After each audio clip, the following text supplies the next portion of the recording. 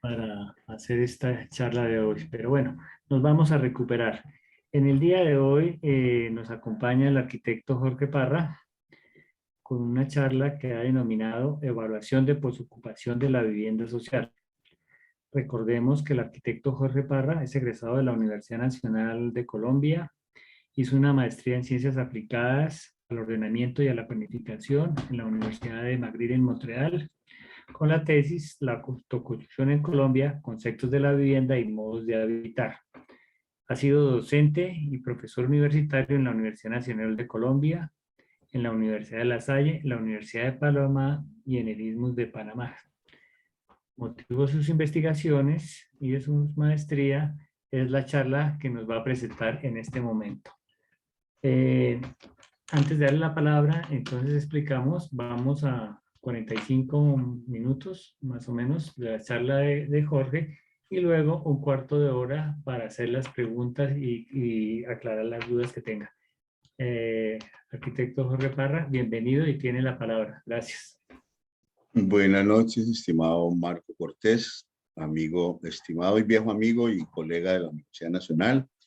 Y mucho gusto a todos los asistentes. Un placer compartir con ustedes estas notas breves, un poco informales acerca del tema de hoy, que es la evaluación de postocupación. Voy a permitir primero que todo compartir la pantalla para entrar a un PowerPoint que tengo aquí para todos. No sé si ya lo están viendo. Sí. Sí, bueno. Un par de cositas. Tú dijiste que soy egresado de la Universidad de McGill. Mi maestría fue en la Universidad de Montreal, que son vecinas, pero no son las mías. Espérate, ahora tengo un problema acá. Primero que todo, pues quería darles un saludo a cada uno de ustedes.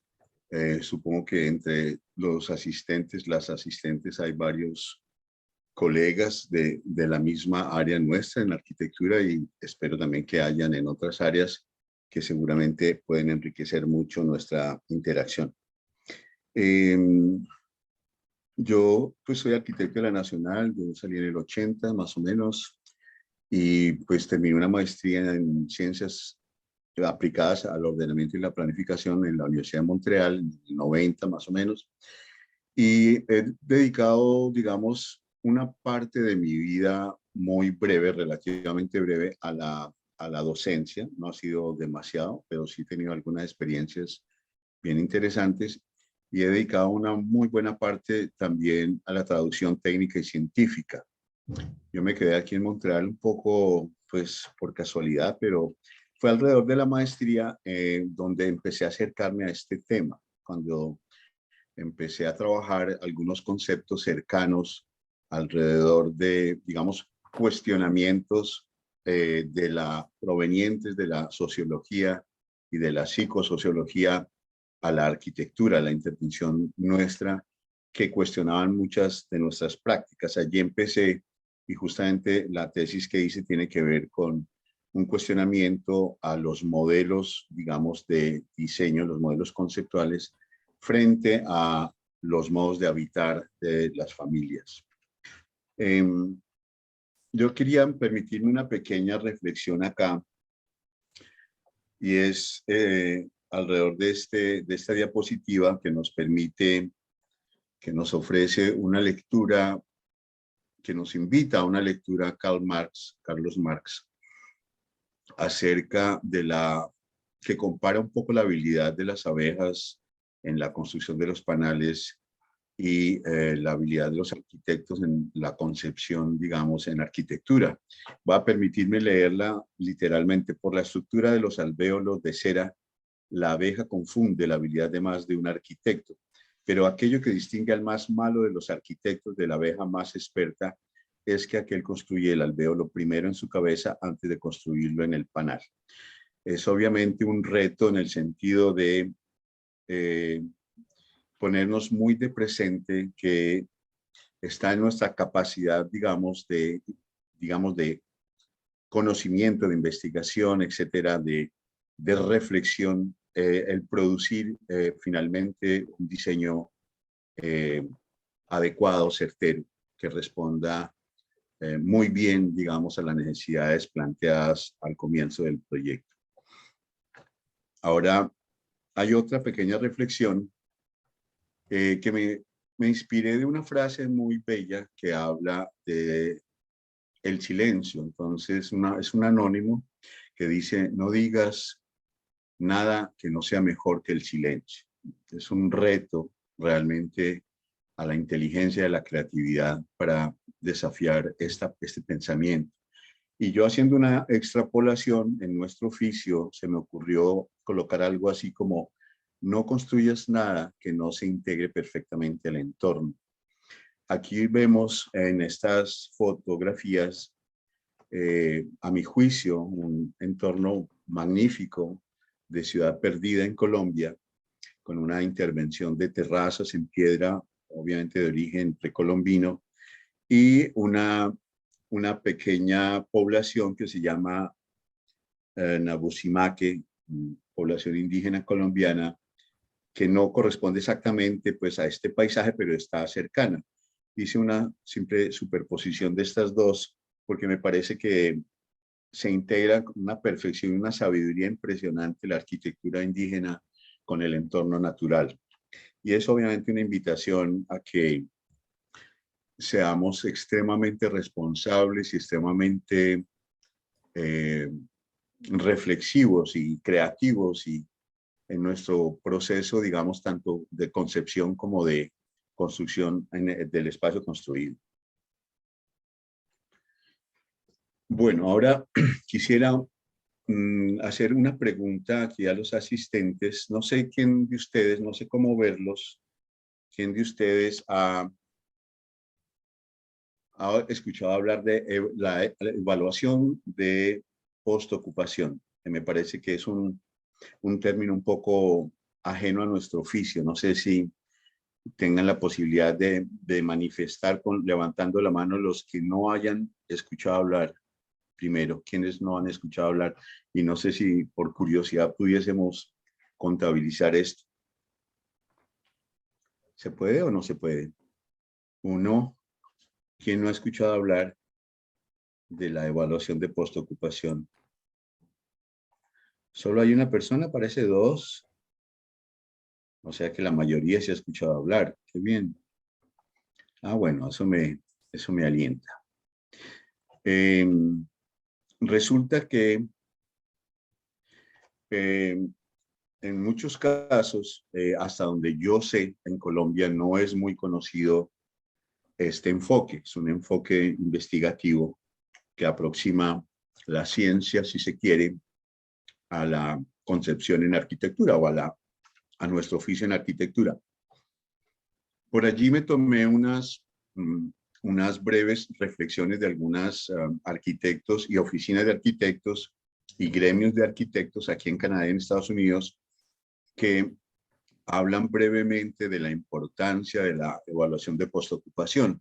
Aquí tenemos una oficina que se llama HMC de arquitectos, que fue hecha apareció en una revista, una publicación de la Orden de Arquitectos de Quebec en el año 2020.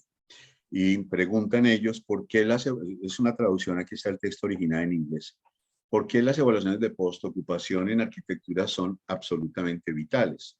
Yo subrayé las más importantes. Entonces hablan de que es una de las herramientas más poderosas del arsenal de una empresa, porque permiten también a los arquitectos ofrecer un diseño de alto rendimiento a la vez que satisfacer las necesidades diarias de sus clientes.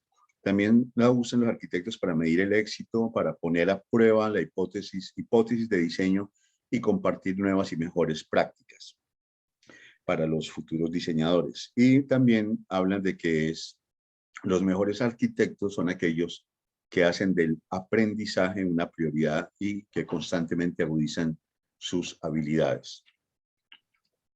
Aquí hay otra reflexión que tiene también una correlación entre diseño y ciencia, de la firma Parkin Architects, con sede en Toronto. dice que en 1984 un investigador, Roger Ulrich, eh,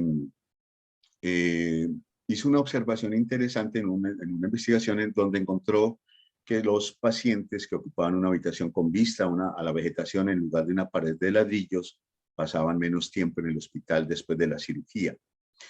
Hay una nota de este señor que escribe que dice que este señor Ulrich pasó años de su vida demostrando algo que para todos era algo muy intuitivo, dice este señor Robin Snell, un arquitecto de Parking Architects, con sede en Toronto, quien colaboró con él en un proyecto del hospital en Colombia Británica. Como profesionales también necesitamos confiar en la ciencia para establecer que ciertas decisiones de diseño fueron las correctas. Este es uno de los propósitos de las evaluaciones de post-ocupación. Ahora, una noticia interesante más cercana, esto data del año 2017, publicada por la Orden de Arquitectos de Quebec, habla de que se preguntan si las evaluaciones de postocupación podrían convertirse en norma en Canadá. Y responden que sí, particularmente sería interesante y relevante en las instituciones de salud en particular, cuya evolución tecnológica obliga a una innovación arquitectónica, pero también genera costos significativos con cada actualización.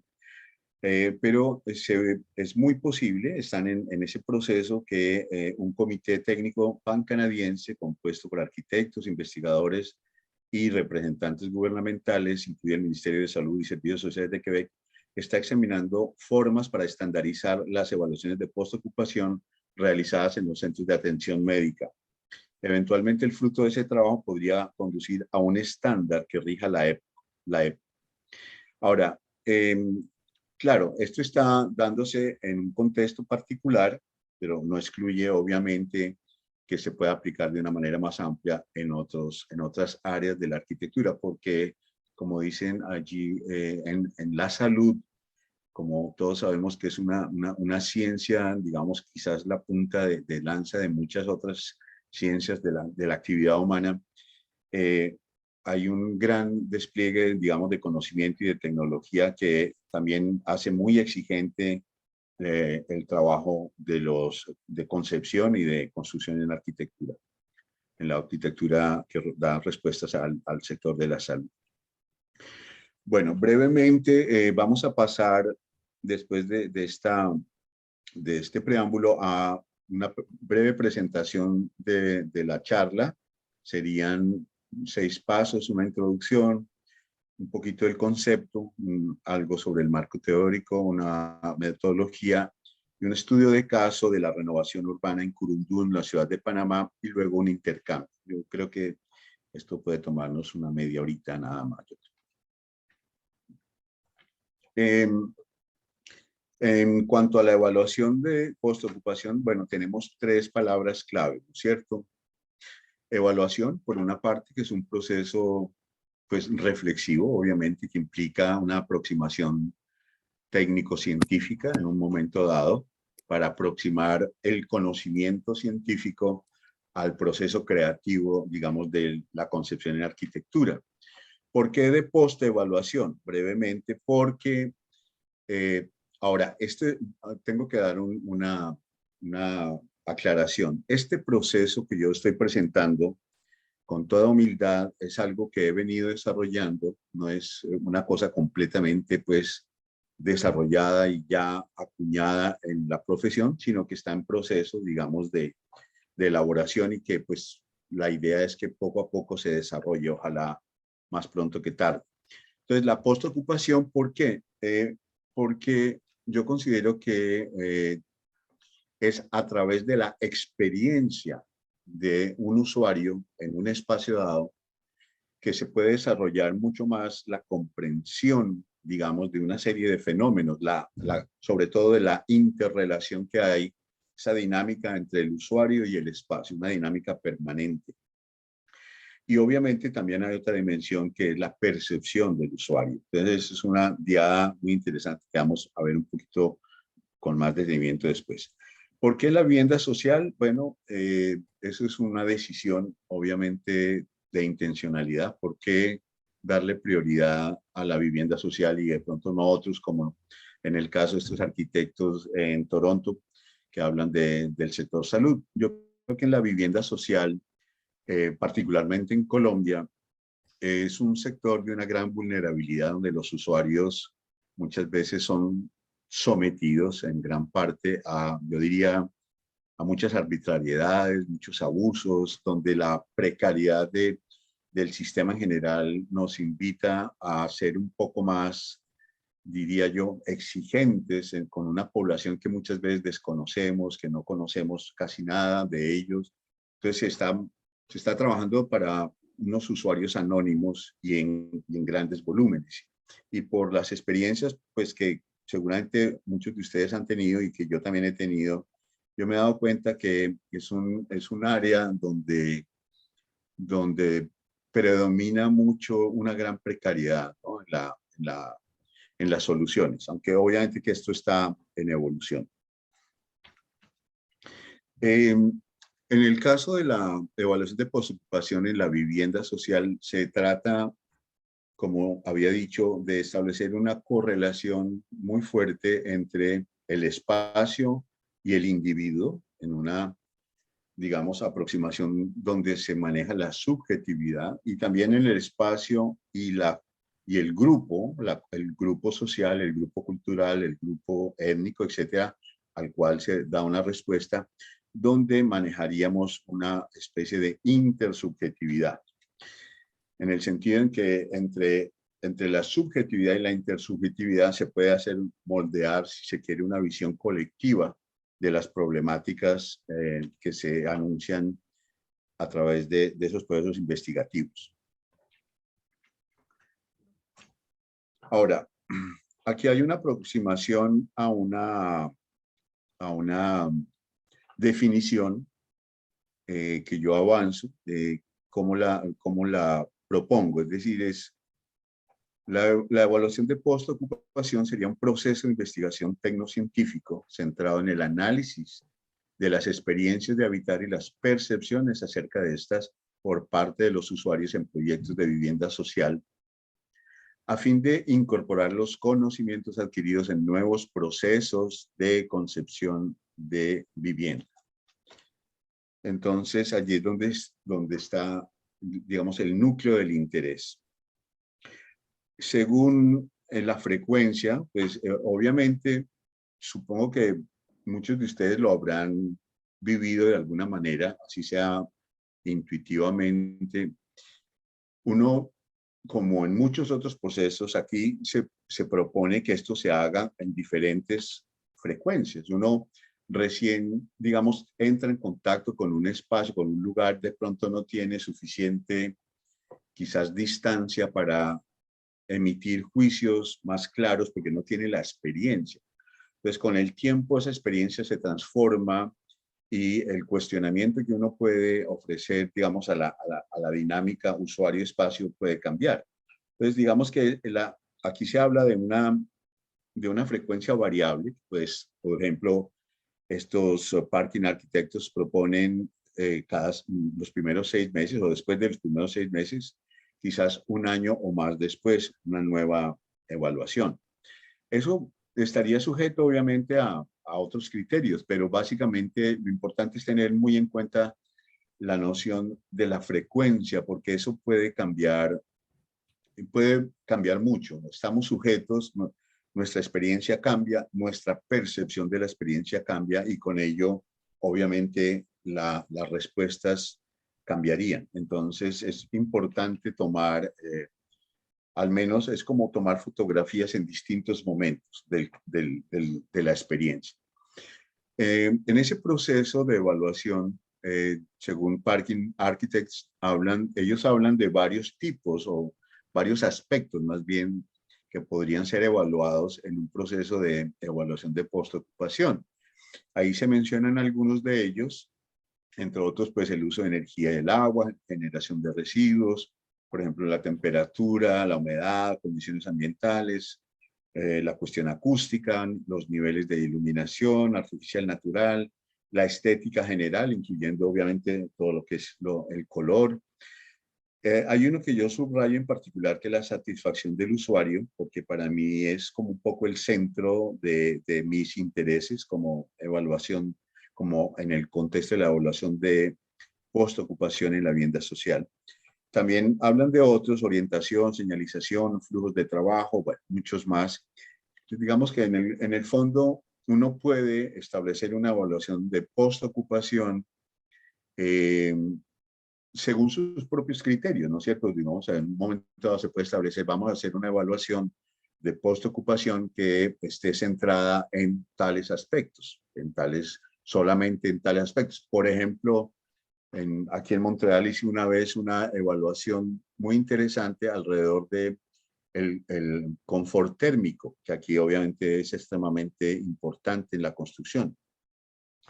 El confort térmico en las construcciones y en un contexto de vivienda social, vivienda cooperativa. Y era muy interesante entender cómo inclusive la gente procedente de distintos contextos a nivel mundial reaccionan distinto frente a la cuestión térmica. En pleno invierno, por ejemplo, encontraba personas de África en los apartamentos como acostumbran en sus viviendas, por ejemplo, a estar en pantaloneta y en camiseta. Entonces, eso implicaba obviamente unos niveles de temperatura pues muy altos y unas cuentas, unas facturas de energía bastante altas también.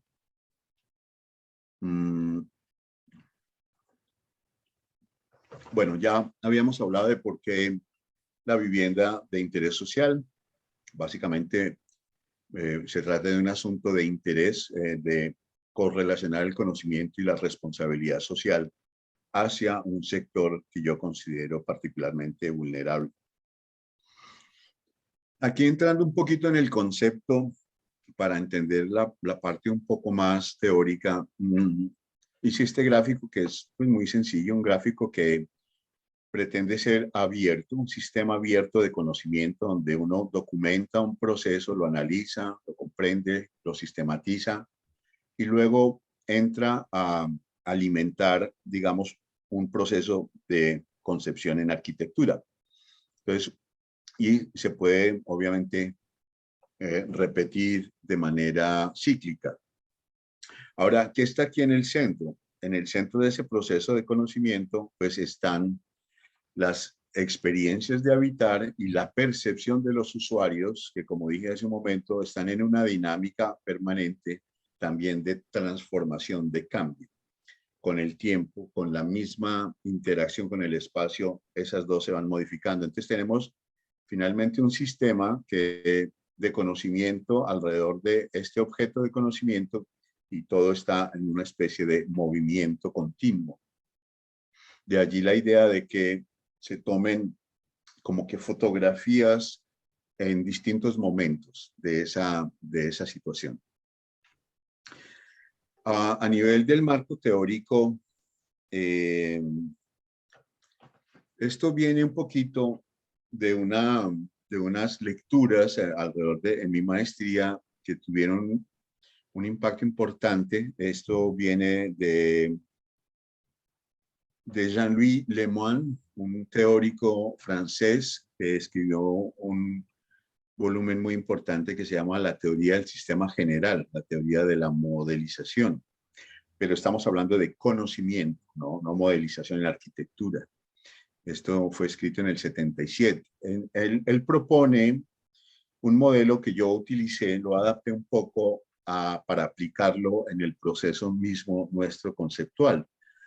Un modelo que tiene tres polos. Aquí, como vemos, tenemos un polo ontológico, un polo histórico y un polo praxeológico.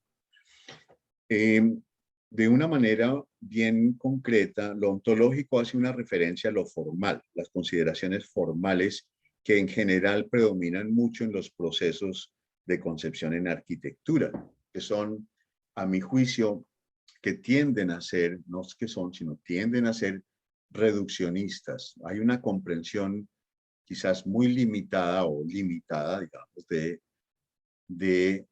de una serie de fenómenos desde los cuales solo se conoce un poco la forma, pero no se entienden otros aspectos importantes.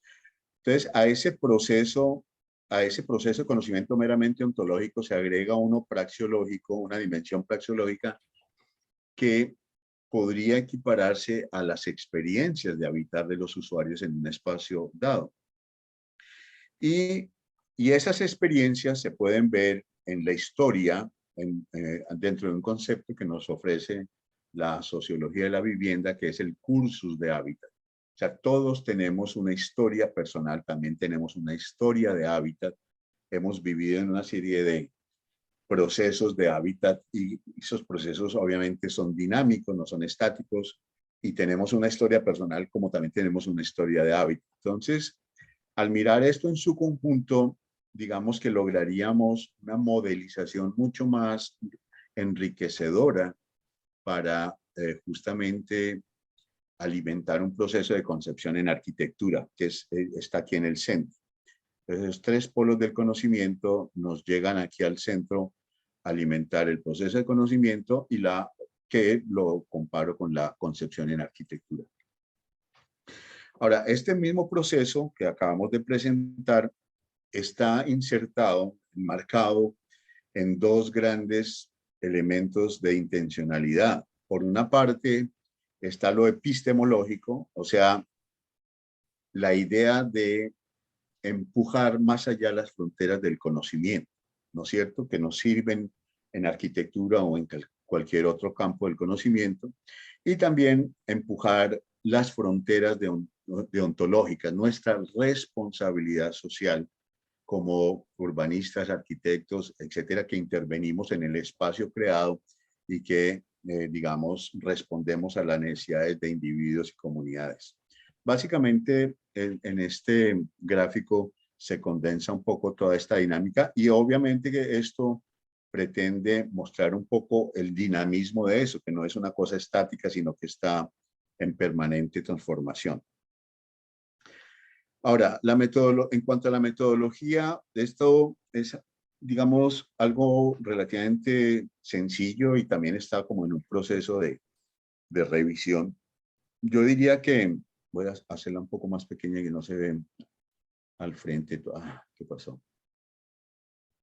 Bueno, como un proceso, tenemos la EPO en el centro, la evaluación de postocupación, y, digamos, en una intervención dada, en un proceso dado, partimos de una investigación preliminar. Esto que estoy presentando es una metodología, pues, primero muy sencilla y es una metodología aplicada a un proceso en particular. Entonces, hacemos una investigación preliminar en cuanto a qué objeto de conocimiento queremos, en qué objeto de conocimiento queremos centrarnos. En este caso, por ejemplo, yo pondría el ejemplo de compartir, que una vez me acerqué a esta entidad, que es una entidad que ha construido algo así como 40.000 viviendas en Colombia de interés social y esto, a proponerles la idea de evaluar su trabajo. Ellos llevan muchos años haciendo un trabajo muy importante, pero jamás se les ha ocurrido hacerlo. Pero no funcionó. Eso intentamos bastante dialogar y todo y no hubo el interés. Pero bueno, entonces a eso me refiero en la investigación preliminar, acercarse a un eventual actor que se interese en evaluar su producción, si se quiere, de vivienda en este caso. Entonces, una vez que se acerca, pues se hace una propuesta preliminar.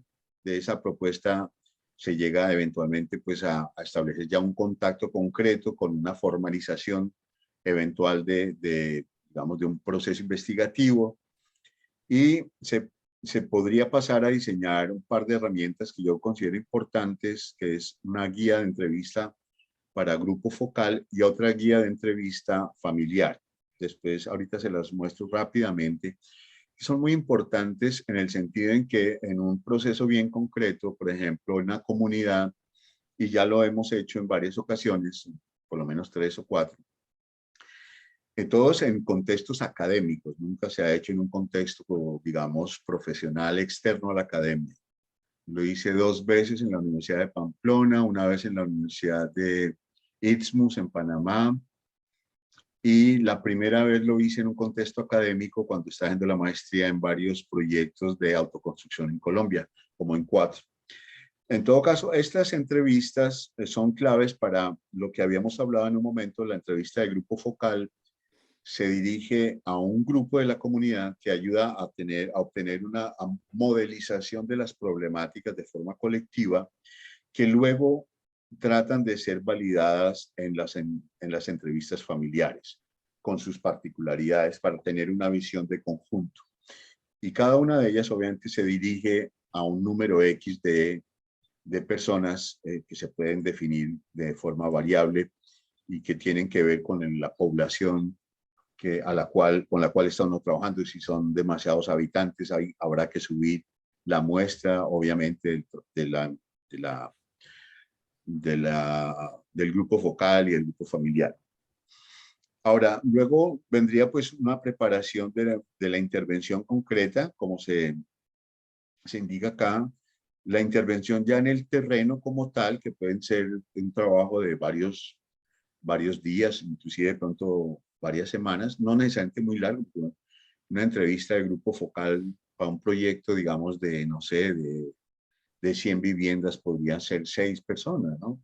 O de pronto 2 grupos de 6 y de pronto luego unas de 6 a 10 familias. Habría que definir con más precisión eso desde el punto de vista estadístico.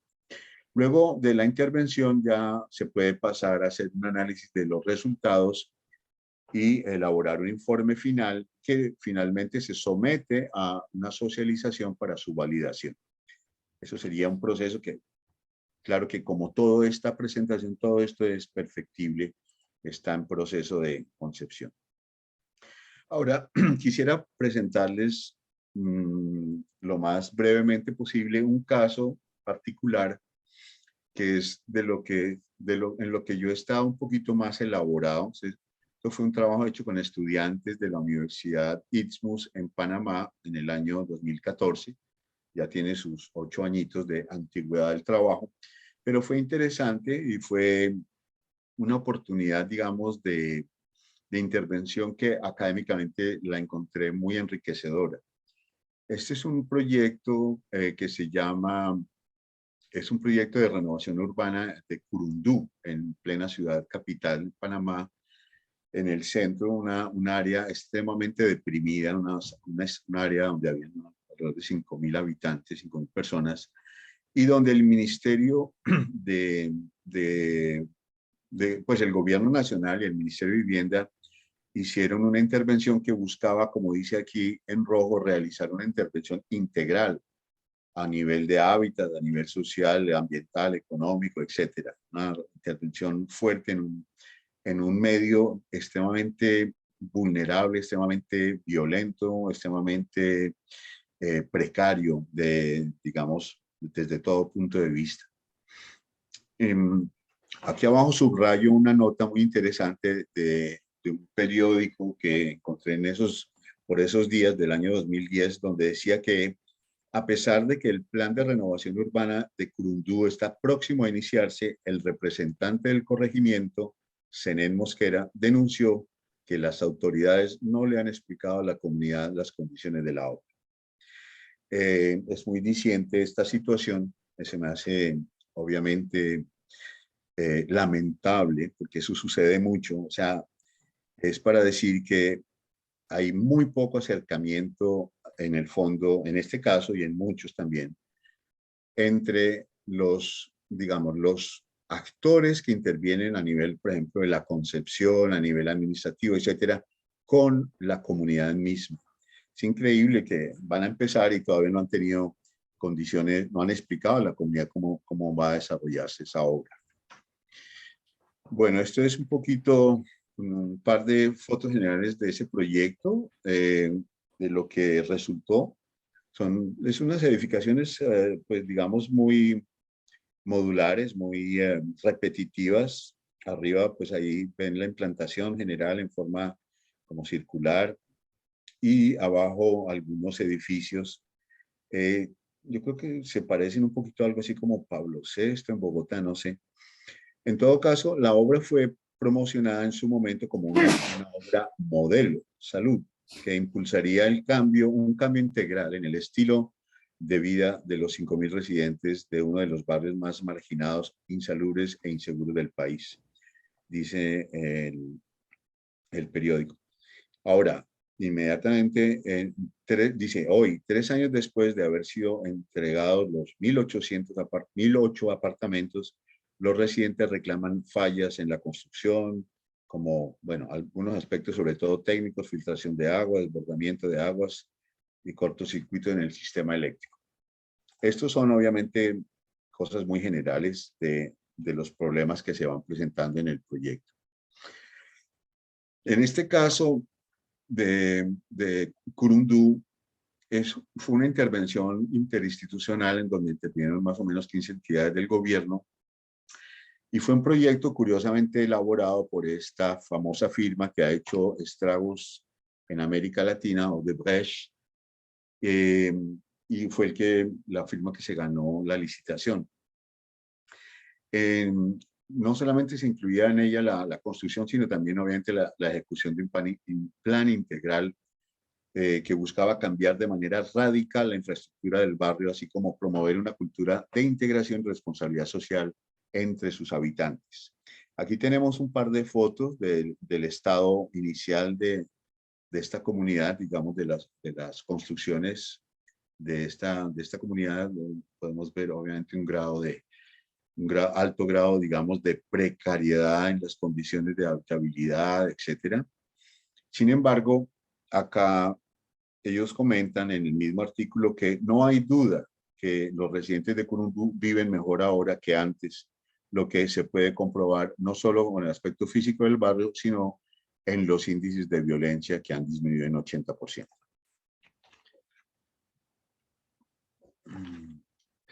Ahora, esa renovación urbana tenía varios objetivos importantes, entre ellos la construcción de viviendas dignas para unos 5.000 ciudadanos.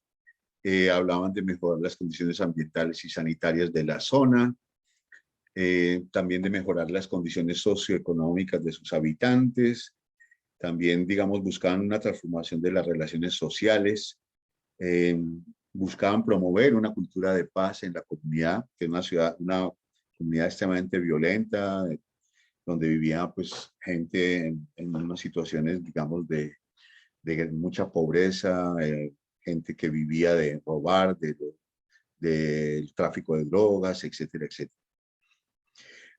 Ahora, también muy rápidamente vemos algunos resultados generados por el proceso de evaluación de postocupación. Obviamente que en los resultados hay tanto aspectos positivos como aciertos y aspectos negativos. Lo interesante es resaltar que esto ha sido producto de ese proceso y que se ha logrado no por una percepción externa, sino interna de la comunidad. Entre ellos, por ejemplo, la comunidad está de acuerdo con que sí hubo un mejoramiento sustancial de las condiciones de vida a nivel del barrio, la comunidad, etc. Que también hubo un impacto general positivo en la vida de los individuos y las familias. También se presentó, digamos, una implementación de programas sociales y muy importante que significó una disminución de la violencia al interior del barrio y su entorno. También hubo un proceso de empoderamiento y responsabilización de los individuos y la comunidad, en términos sociales, en términos económicos, etc. Mejoramiento de las condiciones de habitabilidad, desarrollo económico, socioeconómico de las familias. También cierto grado de empoderamiento de los individuos y las familias. Con ello, por ejemplo, el pago de los servicios públicos, porque antes no existían servicios públicos. Y entonces la gente tenía que empezar a generar, digamos, recursos, formalizar más sus trabajos para asumir los costos, aunque todo esto está obviamente fuertemente subvencionado por el Estado. También se presentó un mejoramiento sustancial de la convivencia y una disminución de las fronteras existentes entre sectores de la misma comunidad. Otros aciertos: se logró como un sentimiento de pertenencia y unidad comunitaria. Y también uno de los avances quizás más importantes fue que la intervención en materia de servicios de acueducto y alcantarillado, que acabamos de decir, porque antes no existían. También percibieron los curundeños un importante cambio en la seguridad de la comunidad.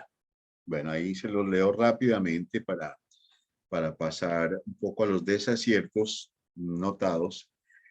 Aquí hablaban mucho de que ahora, obviamente que también aquí hay una intervención, digamos, nuestra como investigadores, ¿no es cierto? Uno a veces toma los resultados de la investigación y modula, si se quiere, o modela los resultados para generar, pues, apreciaciones.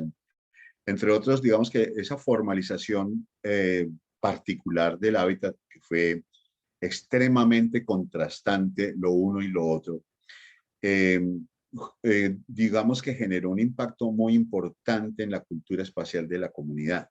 Estaban acostumbrados a vivir en unas viviendas muy palafíticas, claro, precarias y todo, pero también tenían ciertas condiciones muy interesantes. Por ejemplo, las áreas de sus viviendas eran muy generosas, los espacios entre las viviendas también, en fin.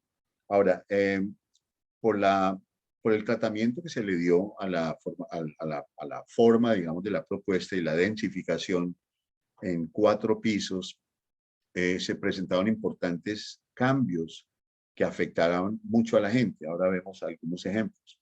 El proyecto disminuyó en forma drástica el área de las unidades de vivienda. Se generaron áreas menores y una pérdida de la privacidad. Eso lo mencionaron bastante. Perdieron esa sensación de privacidad y de sentirse, digamos, encerrados en unos apartamentos muy, digamos, urbanos, muy de esa arquitectura, si se quiere, un poco moderna, un poco ya traída, digamos, ya más bien quedada en el pasado.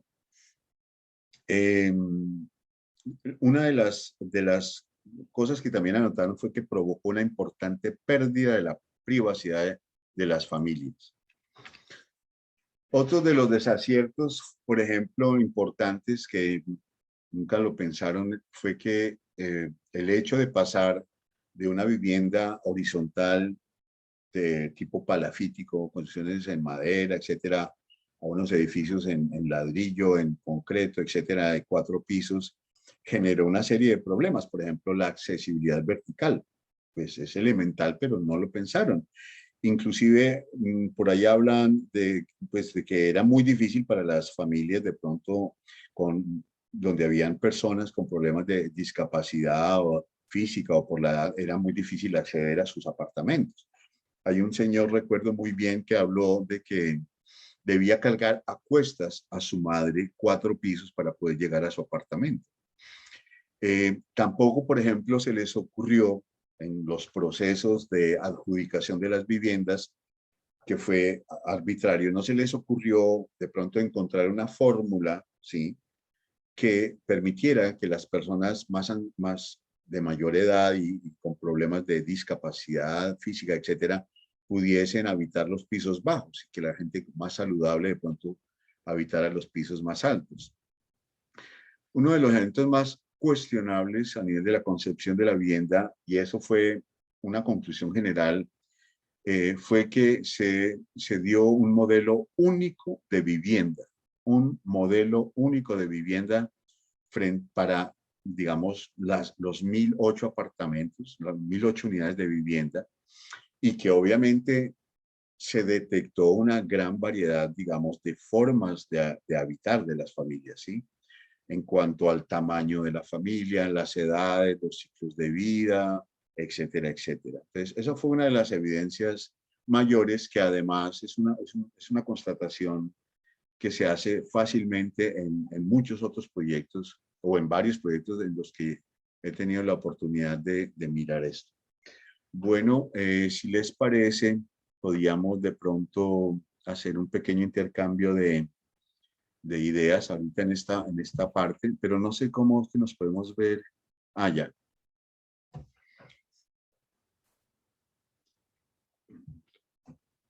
¿Aló? ¿Alguien gustaría hacer un comentario, una intervención, una pregunta?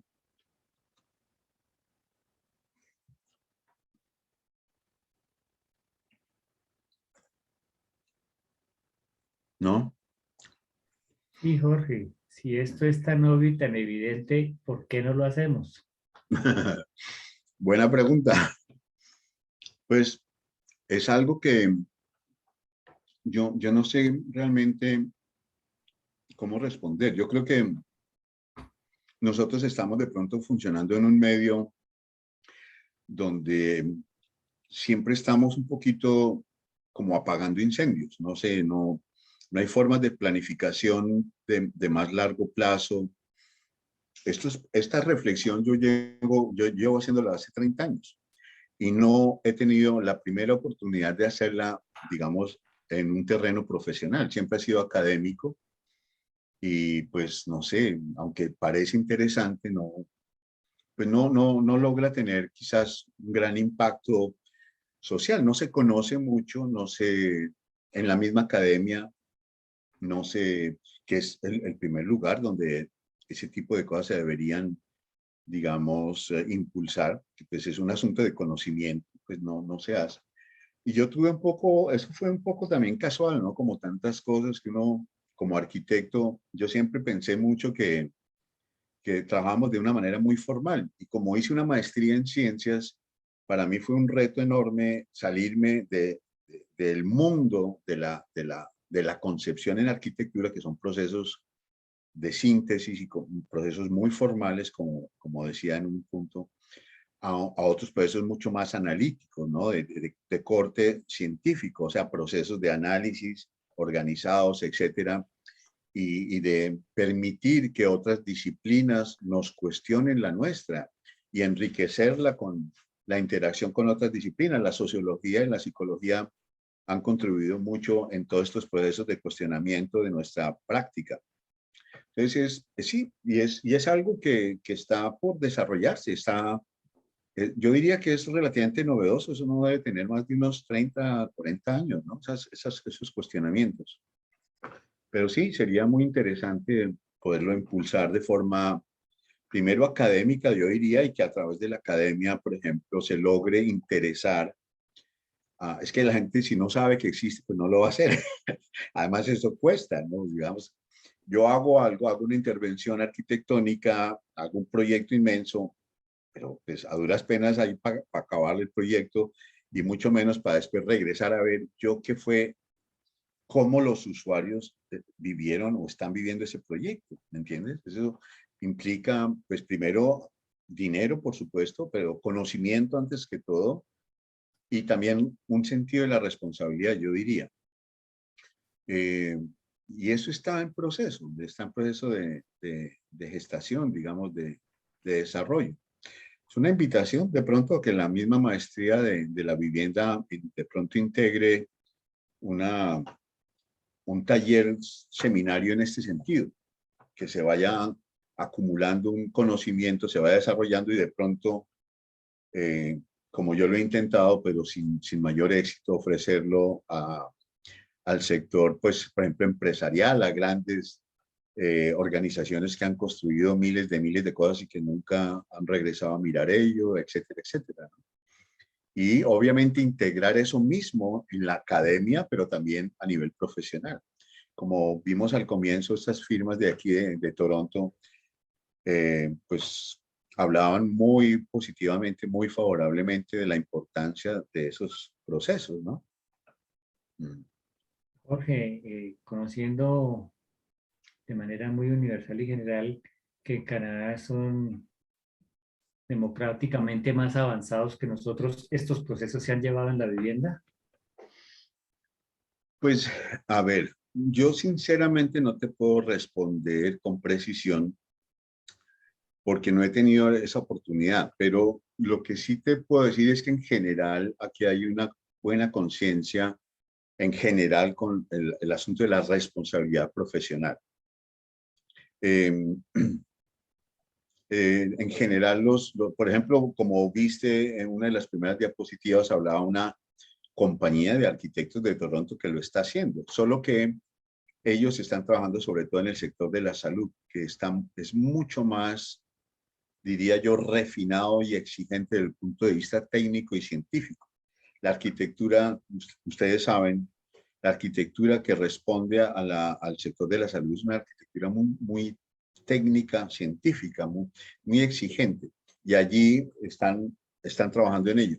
No conozco, bueno, yo hice un trabajo hace muchos años para un grupo que llaman acá de recursos técnicos, que son como unos grupos interdisciplinarios que trabajan en el desarrollo de la vivienda cooperativa. Aquí en Canadá hay un gran desarrollo de la vivienda cooperativa con una visión muy interesante, muy social, justamente de resolver problemas de vivienda en una óptica muy social. Y ese grupo acá en Montreal quiso hacer hace unos años, unos buenos años, una investigación sobre justamente cómo la percepción un poco de los usuarios acerca de los distintos sistemas de calefacción. Bueno, aquí la calefacción es determinante porque el frío es tenaz, entonces si no hay una muy buena intervención en términos de aislamiento térmico, etcétera, y sistemas, no se puede vivir simplemente.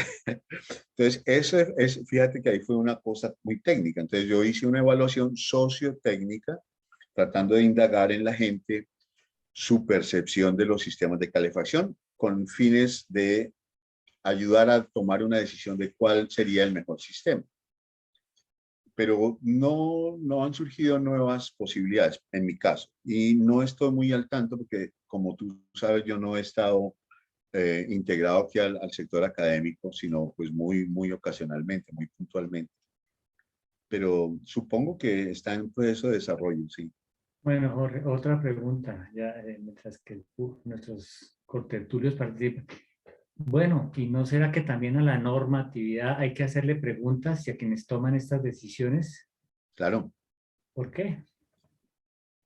pues justamente una de las primeras diapositivas hablaba la Orden de Arquitectos de acá de Quebec, que toman la iniciativa como colegio, digamos, profesional para producir normas y para estandarizarlos. Entonces, también puede ser de pronto una labor conjunta entre la academia y las órdenes colegiales como la Orden de Arquitectos, la Asociación Colombiana de Arquitectos, Arquitectos ASEA, ¿no? Para que, por ejemplo, emprendan un análisis. Pero a mí me parece que lo primero casi que sería que hubiese un desarrollo académico de esto. Lo primero es una reflexión que permita posicionar el tema, porque es que el tema no está posicionado. O sea, no se habla de ello, porque pues, no hay mucha conciencia que eso exista. Y entonces, si se posiciona académicamente, ya los mismos profesionales que salen graduados van a tener la posibilidad de hablar del tema y saben que existe y se pueden desarrollar, digamos, metodologías, etcétera, para aplicar, ¿no? Y mejorar los procesos de concepción en la arquitectura. Bueno, Jorge, entre nuestro auditorio se encuentra la arquitecta Karin de Portere, en la Sociedad Colombiana de Arquitectos, es una de las personas a la lid de la vivienda. Ujú. Karin, quería preguntarte, ¿qué opinas de lo que nos está planteado nuestro colega? Gracias, Marco, por el espacio, por invitarme para escuchar este tema tan interesante y felicitaciones a Jorge por su interés y por la exposición. Realmente desde la Sociedad Colombiana de Arquitectos estamos tratando de impulsar unos procesos para poner en primera plana, para destacar mucho la importancia de tener unos estándares o unas líneas bases sobre la calidad de la vivienda.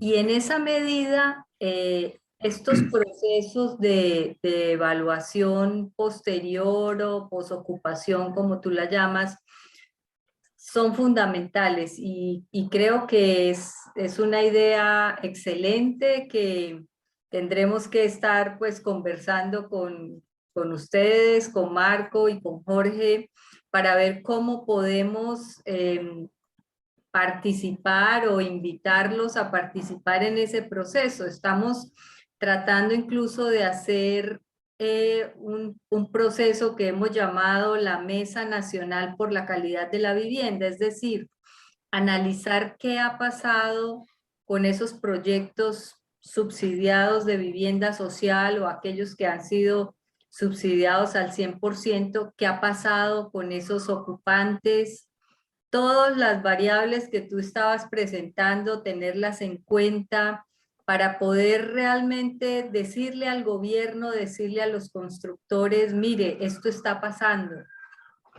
Vemos problemas en el hábitat como la integralidad, muy precario el urbanismo, unas unidades de vivienda también muy pequeñas que no son flexibles, problemas de bioclimática, problemas sociales también muy grandes al interior de los conjuntos y de estigmatización en las ciudades.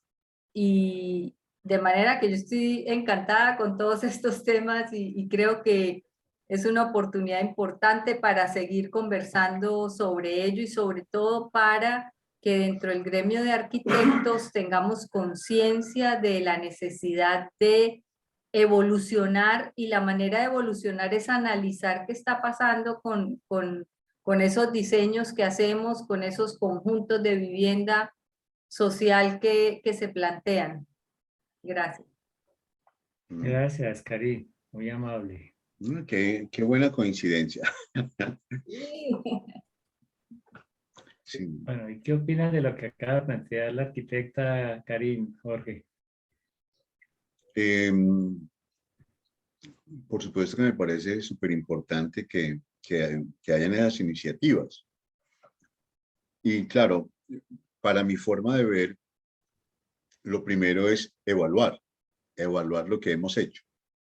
Inclusive, es una reflexión sencilla, pero hay que hacerla. O sea, yo empecé esto diciéndome, ¿qué es lo que nos pasa? Nosotros proyectamos en arquitectura, o sea, concebimos, proyectamos, construimos, la gente se va a habitar, nos despedimos y chao, nunca más.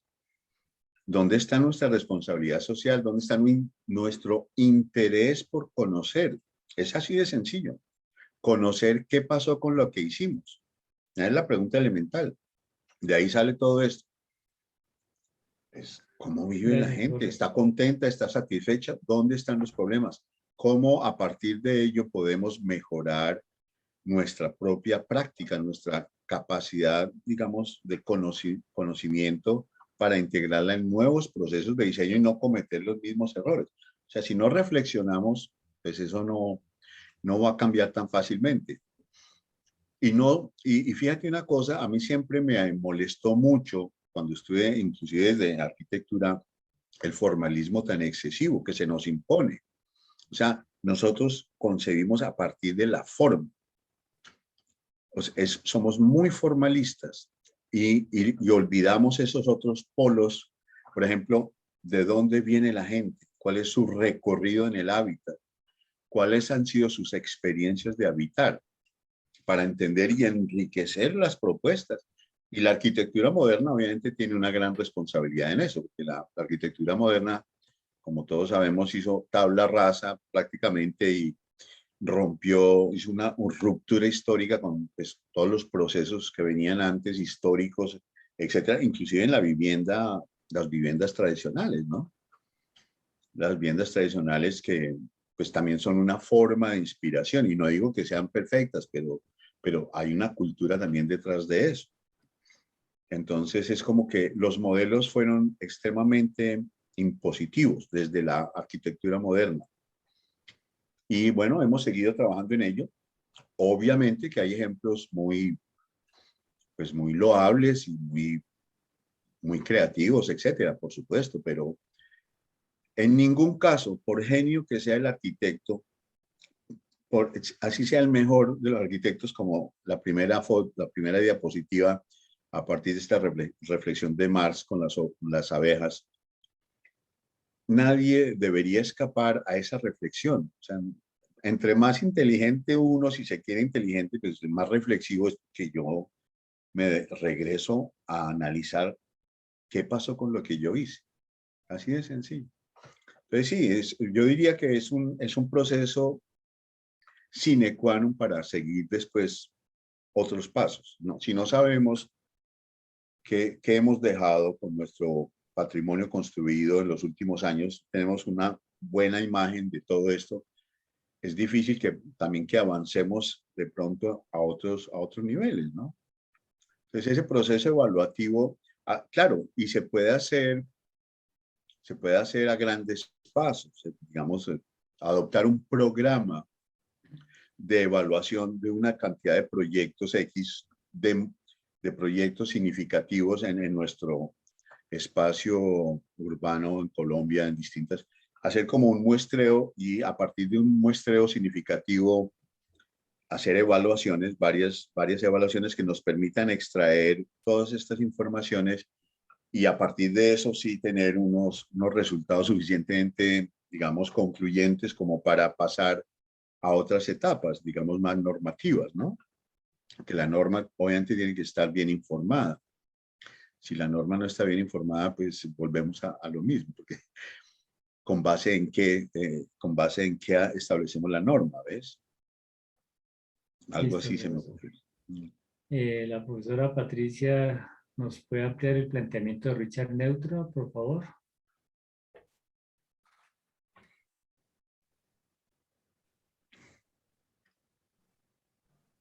Profesora. ¿Aló? Sí, te escuchamos. ¿Me oye? Sí. Sí, pues básicamente él sí, como en los años 50, parece que a partir de problemas de salud que tenía alguno de sus hijos, planteaba que la arquitectura es la que debe generar las condiciones adecuadas para que la salud de las personas funcionen, y lo planteaba en el ámbito del hogar, de la casa. Y creo que ha habido unas siguientes, ahorita es que se me pierde un poco el hilo, unas siguientes exploraciones en esa línea de identificar claramente la relación entre la calidad del espacio y el desarrollo físico, mental, emocional de las personas que lo ocupan. Entonces, básicamente era eso. Gracias, profesora. Muchas gracias. Luis Alejandro Figueroa ha hecho una pregunta. ¿La puede plantear a Jorge, por favor? Sí, señor. Buenas noches. Bueno, la pregunta sería, me di cuenta que en todo el análisis y en toda la presentación hablaba de que un poco la estandarización de la vivienda era la que de alguna manera hacía que las personas tuvieran que adaptarse de diferentes maneras, y eso se podía ver de pronto en esta evaluación post-ocupación. Entonces, digamos, en este último caso, en donde es muy crítico, además, que solamente hay un tipo de vivienda para, no recuerdo cuántos apartamentos, cuántas viviendas habían. La pregunta sería, digamos, ¿no sería mejor también tener un proceso que fuera al contrario, que también tuviéramos un análisis prehabitación en donde se supiera, digamos, cómo vive la gente y de qué maneras podría uno afectar el diseño, que sería lo ideal, ¿no? Para generar viviendas menos estándar. Sí, muy buena tu pregunta. En una situación, digamos, de punto de partida cero, donde no se tengan referentes, pues sí, sería eso, pero como ya hay una gran cantidad de patrimonio construido, digamos, y experiencias, ¿entiendes? Es como partir de lo que ya hay, que se ha hecho, que hemos hecho en un contexto dado y evaluar eso que ya está hecho. Porque es a partir de esas experiencias bien concretas, de esa reflexión, inclusive de la percepción de la experiencia que tienen los usuarios, que hay que escuchar, es que yo creo que uno obtiene realmente una materia prima de conocimiento para mejorar el hábitat. Por ejemplo, si se produjera un libro sobre este asunto, específicamente en Colombia y que lo estudiaran en la academia los arquitectos o los jóvenes arquitectos, los que están ejerciendo la profesión tendrían casi que una guía para decir, mira, en este proyecto pasó esto y esto por tal razón. Por decir algo, una de las cosas más fuertes que tú mencionaste y que yo he encontrado casi que sistemáticamente es el asunto de los modelos de vivienda, que generalmente son demasiado reduccionistas porque no los alimentan bien con procesos cognitivos.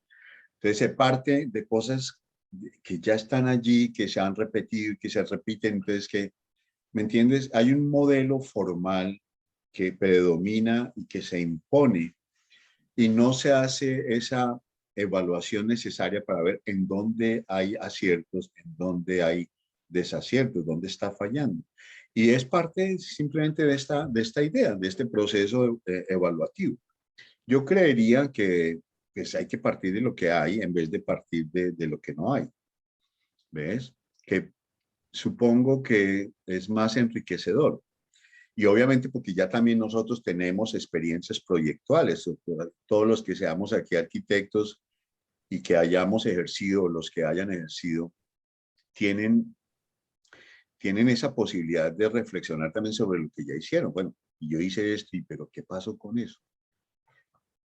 No es simplemente que apareció en la revista pues de Proa o en tal otra y que pues lo festejaron, sino cómo vivió la gente ese proyecto y hace, digamos, 10 años, cómo lo transformaron por dentro, por fuera, por qué lo transformaron, qué ajustes, porque hay muchos conceptos de la sociología, por ejemplo, que hablan de la apropiación del espacio, cómo la gente hace suyo un espacio. En un momento dado, la gente remodela, transforma.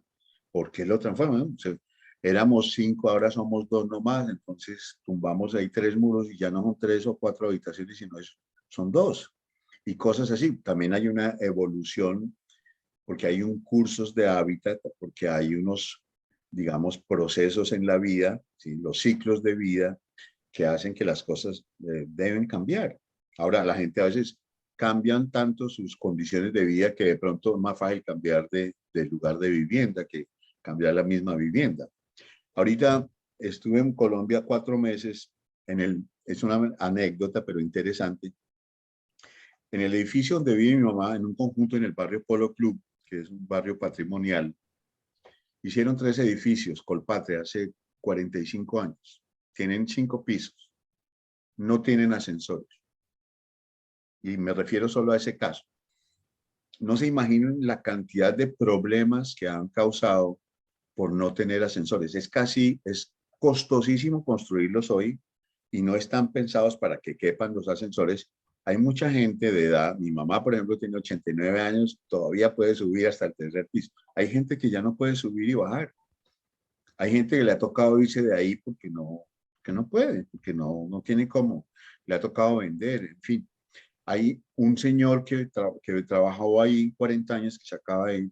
Él le tocaba subirle los bultos de naranjas o no sé qué a la gente del 5.º piso. Entonces lo tenían ahí como de esclavo, pues, durante un poco de años. Le dan una propinita. Y muchas cosas así que uno de pronto va descubriendo cuando te pones a detallar esas cosas. ¿Por qué no se... Bueno, si se hacen 5 pisos, bueno, hagan 5 pisos si está permitido, pero entonces, ¿qué soluciones podemos pensar para facilitarle la vida a la gente? Y sobre todo, cuando tú ves estos grandes ciclos de la vida, que es que ya han pasado 45 años, cuando uno, inclusive una persona joven, si se parte una pata, es un complique para que pueda subir al 4.º piso. Entonces pasan todas esas cosas, ¿ves? Y de allí es que uno dice, tenemos que aprender de esas experiencias, de esa reflexión a partir de esas experiencias de la gente, de habitar. Bueno, Jorge, vamos a dar por terminado nuestra charla, darle las gracias por esa llamada de atención a todos los arquitectos, a todos los colegas, a la academia. Ya habrá oportunidad entonces de seguir ampliando estos temas.